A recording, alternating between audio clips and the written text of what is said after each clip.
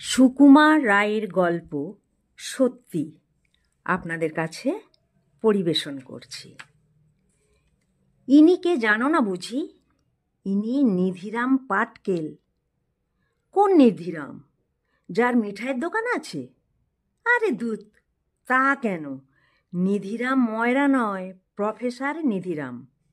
ইনি কি করেন? কি করেন আবার কি? আবিষ্কার করেন।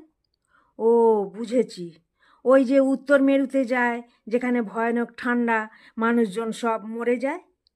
দুর্মুখ্য! আবিষ্কার বললেই বুঝি উত্তর মেরু বুঝতে হবে বা দেশ বিদেশে ঘুরতে হবে, তাছাড়া বুঝি আবিষ্কার হয় না? ও তাহলে মানে বিজ্ঞান শিখে নানা রকম রাসায়নিক প্রক্রিয়া করে নতুন নতুন কথা শিখছেন, নতুন নতুন জিনিস বানাচ্ছেন। ইনি আজ পর্যন্ত কত কি আবিষ্কার করেছেন, তোমরা তার খবর রাখো কি? ওর তৈরি সেই গন্ধ বিকট তেলের কথা শোনোনি? সেই তেলের আশ্চর্য গুণ আমি নিজে মাখিনি বা খাইনি, কিন্তু আমাদের বাড়িওয়ালার কে যেন বলেছেন যে সে ভয়ঙ্কর তেল। সে তেল খেলে পরে পিলের ওষুধ, মাগলে পরে ঘায়ের মলম, আর গোঁফে লাগালে 1.5 দিনে আধ হাত লম্বা গোঁফ বেরোয়। সে কি মশাই, তাও কি হয়?